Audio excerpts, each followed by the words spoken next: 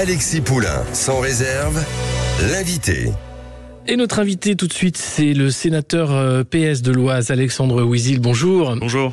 Vous êtes monté au créneau récemment parce que, encore une fois, une entreprise française particulière, EDF, qui n'est pas une entreprise comme les autres, elle a statut d'opérateur d'importance vitale, a donné ses données ou a remis ses données à Amazon Cloud en expliquant qu'il n'y avait pas d'autre façon de faire puisque finalement c'était eux qui avaient la meilleure offre et que le choix d'Amazon Cloud était tout à fait justifié, même s'il y avait des acteurs français mais qui n'avaient pas les mêmes garanties, notamment en termes de prédictif et d'intelligence artificielle. C'est le Canard enchaîné qui avait révélé cette affaire en début de semaine. C'est pas la première fois qu'une entreprise sensible transfère les données à une entreprise américaine. On a eu les données de santé qui ont été aussi passées du côté de Microsoft cette fois-ci. On en parle avec Thomas Forêt sur Sud Radio il y a de ça quelques semaines.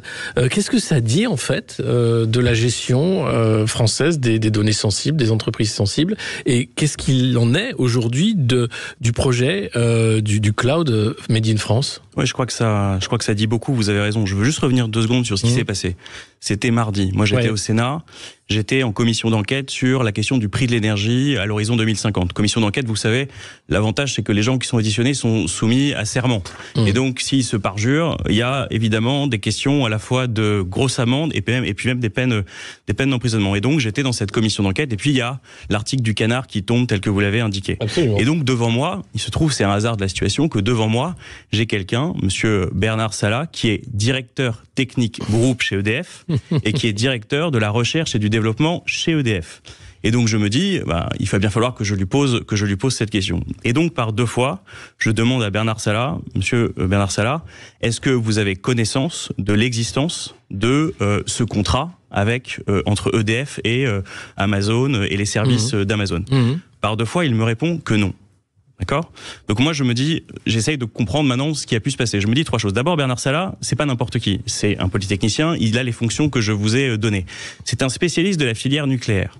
Devant l'OPES, qui est un organe parlementaire d'évaluation des scientifiques, il a même dit il y a quelques années, il avait expliqué qu'il fallait qu'il y ait une centrale numérique avec une maquette numérique des centrales pour la gestion prédictive des données. Et il n'est pas au courant, lui, de ce qui se passe chez EDF. 2 possibilités. Soit il nous ment, ce que je n'espère pas, ce que je n'ose croire, ce que je n'ose imaginer, sous serment, c'est l'un des cas d'une grande entreprise publique. Soit EDF est à ce point saucissonné que le directeur de la recherche et du développement chez EDF ne sait pas ce qui est en train de se passer au niveau de la prédiction. Encore une fois, on parle de la maintenance prédictive des pièces détachées de nos centrales nucléaires. C'est précisément le sujet de ce haut responsable d'EDF, c'est-à-dire qu'on parle des jumeaux numériques. Exactement, on parle des jumeaux numériques. C'est exactement ça. En parallèle, d'ailleurs, Dassault, l'entreprise française, est très avancée sur ce principe du jumeau numérique. Tout à fait. Et juste pour aller au bout, c'est pas un petit sujet. Pourquoi ? Parce qu'on est en train d'évoquer le prolongement de la vie de nos centrales nucléaires. Et donc la question de la gestion des pièces détachées, quand une centrale passe de 40 à 50 à 60 ans, voire même au-delà de 60 ans aux États-Unis aujourd'hui, ce qui est débattu, évidemment, c'est un sujet central pour nous.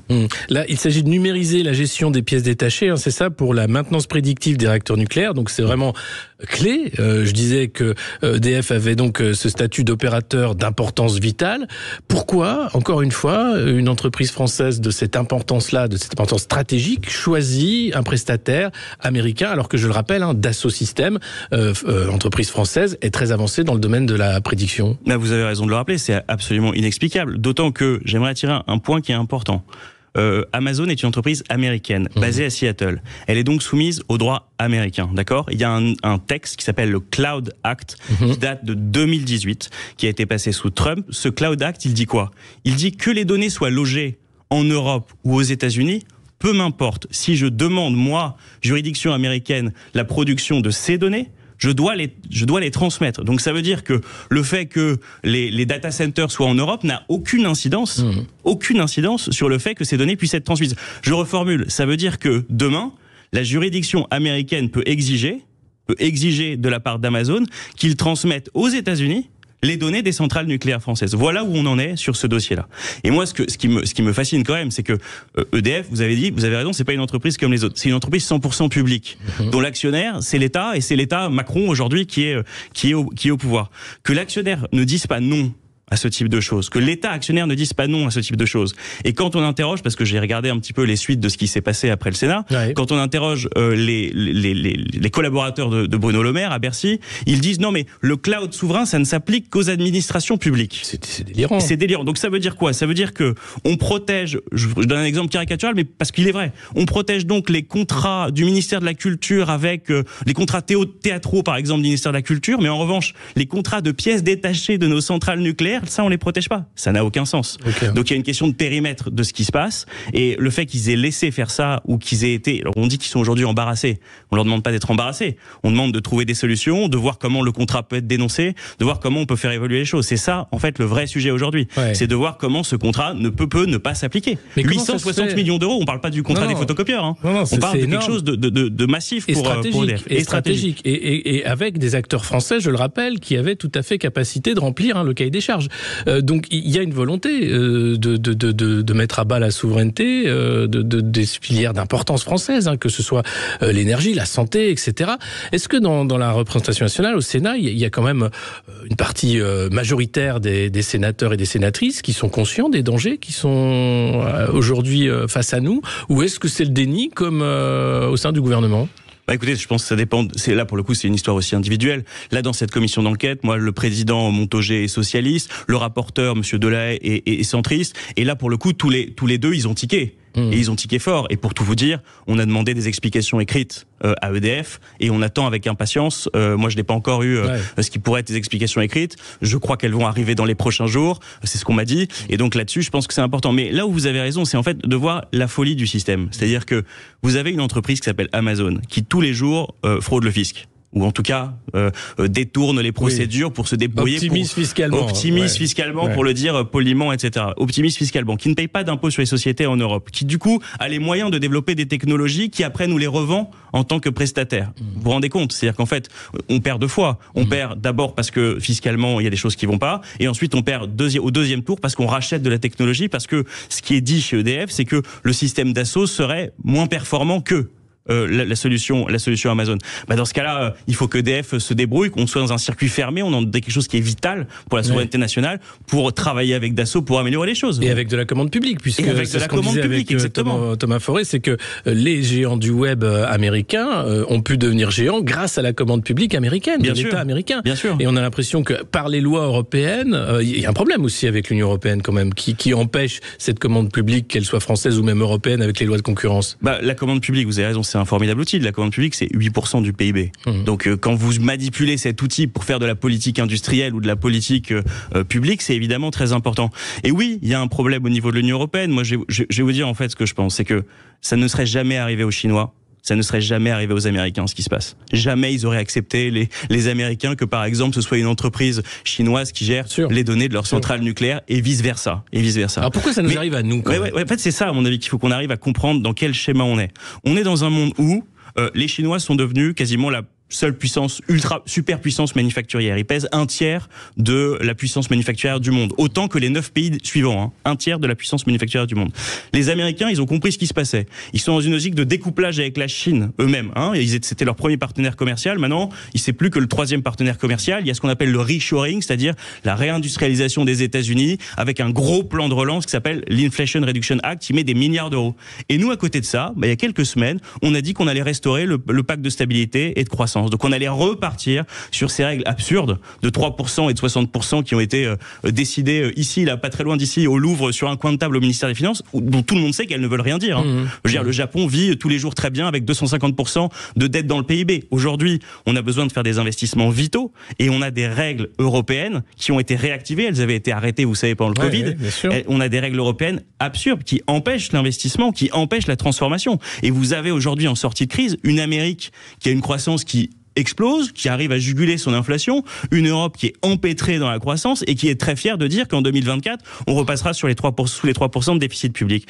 Vous voulez, moi, c'est pas du tout ma conception de ce qu'on doit faire ensemble. Vraiment pas du tout ma conception de ce qu'on doit faire ensemble. Qu'est-ce qu'on peut faire alors ? Qu'est-ce que vous pouvez faire en tant que sénateur, et qu'est-ce qui peut être fait pour changer l'idéologie du gouvernement, qui finalement traite ça un peu par-dessus la jambe en disant mais c'est pas grave, c'est des partenaires, qu'ils soient américains, chinois, allemands ou quoi, et ça n'impacte en rien l'industrie française. C'est faux. Bien sûr.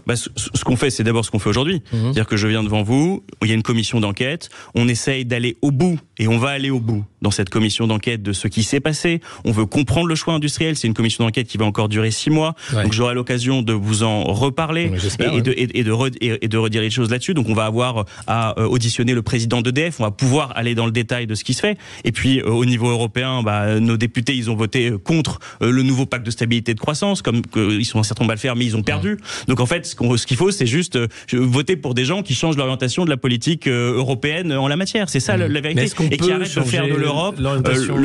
C'est la question quand même. Cette Union européenne, on a l'impression qu'elle est hors de contrôle. Elle est hors de contrôle parce que on donne des majorités dont c'est le mandat en fait. Le mandat des majorités successives, c'est quand même de faire ce qu'ils sont en train de faire. Donc moi je m'inscris dans une tradition qui dit que à l'inverse, c'est aujourd'hui quand on voit l'état du monde qu'il y a deux puissances qui se mettent en œuvre en Asie et aux États-Unis, si nous-mêmes on se met pas un petit peu au travail sérieusement, qu'on refait pas Airbus sur des nouveaux secteurs, le risque c'est quoi ? C'est le dépositionnement total. Enfin aujourd'hui honnêtement d'un point de vue économique, ce qu'on a besoin de faire d'aller chercher des bouts de technologie de ci et de là, c'est pas à la hauteur de l'histoire de ce continent. La Chine est à l'état de l'art, c'est-à-dire à la frontière technologique sur 37 des 45 secteurs d'avenir. Sur l'énergie, quand on mène une politique énergétique en Europe, 90% des panneaux photovoltaïques viennent de Chine. Vous vous rendez compte de notre ratio de dépendance des voitures électriques. Enfin, tout l'objectif climatique européen dépend d'importations chinoises et américaines. Exactement. Les voitures électriques, ils ont inventé la voiture électrique sous les 15 000 €. Est-ce que quelqu'un se pose la question de comment on fait le mix pour que ce soit plutôt des voitures françaises, européennes, qui servent à faire la transition, plutôt que l'inverse avec des voitures qui vont rentrer. Ils annoncent la voiture sous 20 000 € sur le marché européen l'année prochaine. Si vous voulez, si on en reste aux règles du jeu telles qu'elles existent aujourd'hui, c'est foutu. Et honnêtement, ça ressemble même à une forme de suicide européen. Et qu'est-ce qui s'est passé historiquement quand on essayait de rattraper un retard ? C'est vieux comme le monde et vieux comme l'économie. On protégeait les comme ils le font eux, on protégeait les industries dans l'enfance. On leur laissait une chance pour qu'elles puissent se lancer. Si il se passe sur la voiture électrique, ce qui s'est passé sur le photovoltaïque, c'est-à-dire la destruction de tous les acteurs français, allemands, européens. Sur le numérique aussi. Sur le numérique, vous avez raison de revenir sur la question numérique au profit des acteurs étrangers. À la fin, on sera des gens qui sont en une situation de dépendance absolue vis-à-vis du reste du monde, où on viendra faire du tourisme et regarder la Tour Eiffel. Honnêtement, c'est pas ce que je veux pour mon pays. Est-ce que c'est pas trop tard déjà ? Non, c'est jamais trop tard. C'est jamais trop tard parce qu'en économie, ça va vite. Vous savez, si on regarde un peu l'histoire longue, l'Allemagne n'existait pas avant 1870. Les Américains, tout d'un coup, se mettent de la même manière à rattraper le retard. Regardez l'histoire de la Chine. En 1980, la Chine, c'est un nain économique. Aujourd'hui, on est en 2024, c'est la première puissance industrielle du monde. Donc l'histoire, elle va vite. Moi, je suis pas dans le désespoir. C'est peut-être mon âge qui fait ça aussi, mais je suis pas dans le désespoir. Au contraire, c'est des choix de politique économique. C'est où on met l'argent. Est-ce qu'on arrive à trouver un pacte entre nous sur production, protection sociale et protection aux frontières sur un certain nombre d'industries ? C'est ça, pour moi, le sujet. Et c'est à mon avis comme ça qu'on peut réussir à faire quelque chose d'efficace pour le pays. Ouais, mais aujourd'hui, c'est une voix minoritaire. Malheureusement, on a l'impression que le débat va arriver avec les élections européennes sur cette question de l'avenir de l'Union. On voit que l'idéologie reste la même, la concurrence, l'élargissement, toujours plus loin, l'Albanie, l'Ukraine, etc. La guerre aussi, l'effort de guerre qui est demandé maintenant aux Européens avec l'OTAN qui demande 2% de PIB en soutien de l'Ukraine, mais au-delà, pour la défense européenne. Comment on fait pour faire valoir les intérêts français dans cet ensemble où on est systématiquement perdant, on a l'impression? Alors moi sur la guerre en Ukraine, peut-être qu'on aura une différence de point de vue, je vous lis de temps en temps, et moi je pense que ça fait partie de nos intérêts stratégiques que de défendre la frontière orientale de l'Europe, mais je veux pas rentrer dans ce débat-là parce qu'il nous emmènerait à mon avis trop loin. Mais en effet, vous avez raison, en fait, tant qu'il y aura ces règles, par exemple sur les subventions publiques des États, on n'y arrivera pas. En fait, on en est quand même à un niveau de folie où on interdit à nos États de subventionner leurs entreprises, mais on accueille sur le marché européen, via la frontière extérieure, des produits subventionnés par des acteurs chinois, américains, etc. On en est quand même là. Enfin, et on est face à des gens qui ont des marchés publics pour la Chine ouverts à 0%. Sans parler du prix de l'électricité. Prenons le prix de l'électricité. Là aussi, avec l'accord à Rennes, etc. On devrait payer beaucoup moins cher l'électricité en France. Bien sûr. On devrait avoir aujourd'hui tel que fonctionne le marché européen, tel que le prix de l'électricité est défini. Vous avez raison. Il est indexé sur le prix du gaz. Or, nous, le coût de production de l'énergie, il n'est pas celui-là. Voilà. Il y a des États qui ont choisi. Il y a les socialistes espagnols qui sont au pouvoir. Ils ont choisi de sortir de ça. Ils ont choisi de sortir, de se Bruno Le Maire nous dit que c'est impossible. Voilà, pour lui c'est impossible, mais c'est possible en Espagne. Donc vous savez ce que la phrase de Pascal, vérité en deçà des Pyrénées, mensonge au-delà. Donc voilà, il y a quand même quelque chose d'assez incohérent dans tout ça. Ouais. Et puis il y a un moment où en effet, il faut qu'on se mette d'accord sur comment on construit l'énergie de demain. C'est l'objet de notre commission d'enquête. Ouais. Mais on n'y arrivera pas, en tout cas, en commençant à faire rentrer Amazon dans la danse du circuit industriel et nucléaire français. Est-ce qu'il y a quand même des bonnes nouvelles? Est-ce qu'il y a quand même des lueurs d'espoir sur la construction de cette énergie de demain et sur la place de l'industrie française dans ce mix? Alors moi, ce que je considère qui est une bonne nouvelle, mais c'est quelque chose qui évidemment peut créer des discussions entre nous, c'est que je crois vraiment que le fait de relancer la filière nucléaire est ce qu'il fallait faire. Ce qu'il fallait faire, parce qu'en effet, moi, l'idée qu'on soit totalement dépendant de photovoltaïque produit en Chine et bien sûr qu'il en faut de l'énergie renouvelable. Et le sujet, c'est comment on fait pour avoir une filière européenne du renouvelable, etc.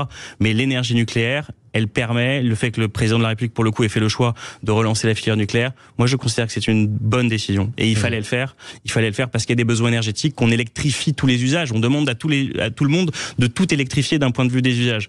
Et ça, on a besoin dans le mix d'avoir un ensemble de choses. Et le nucléaire, il y a quand même une expertise en France. Et justement, moi, ce qui me révolte dans cette affaire, c'est que on ne s'appuie pas sur nous-mêmes pour aller au bout dans la filière et qu'on repasse une partie des données aux Américains, ce qui est quand même honnêtement assez problématique. Oui, comme la maintenance, on avait vu lorsqu'il y a eu ces soucis de maintenance en 2022, l'appel à une main-d'œuvre étrangère aussi pour intervenir sur les centrales. Un mot pour terminer sur la grève à la SNCF, ce sera notre sujet en deuxième partie. Quelle est votre position sur la grève actuelle des contrôleurs de la SNCF? Si vous voulez, moi surtout ce que je vois, parce que je vois du Sénat, il y a un sénateur qui s'appelle Le Rudulier, qui est pour la remise en cause du droit de grève. Voilà. Ouais. Donc c'est quand même très drôle de voir que partout, dès que les salariés défendent leurs droits, défendent leurs intérêts, ce qui est le fonctionnement normal d'une économie, parce que déjà on a empêché de très largement les capacités de négociation, etc. Dès qu'ils défendent leurs droits, on essaie de remettre en cause ce droit pour essayer de les faire taire. Et je pense que vraiment cette méthode, elle est catastrophique. Et donc là, vous voyez, le clivage droite-gauche, soi-disant, il a disparu. Sur ces questions, elles sont assez claires. Les frontières, elles sont assez claires. Et on voit qui propose quoi. Et quand je vois le sénateur Le Rudulier proposer la modification du droit de grève, là, on a un vrai sujet. Merci beaucoup, Alexandre Houzilly, d'avoir répondu à nos questions et de suivre ce dossier épineux et autrement important de l'énergie et du secteur énergétique français. Merci. Merci à vous. Bonne journée. Au revoir. Sud Radio, midi 13h, Alexis Poulain, sans réserve.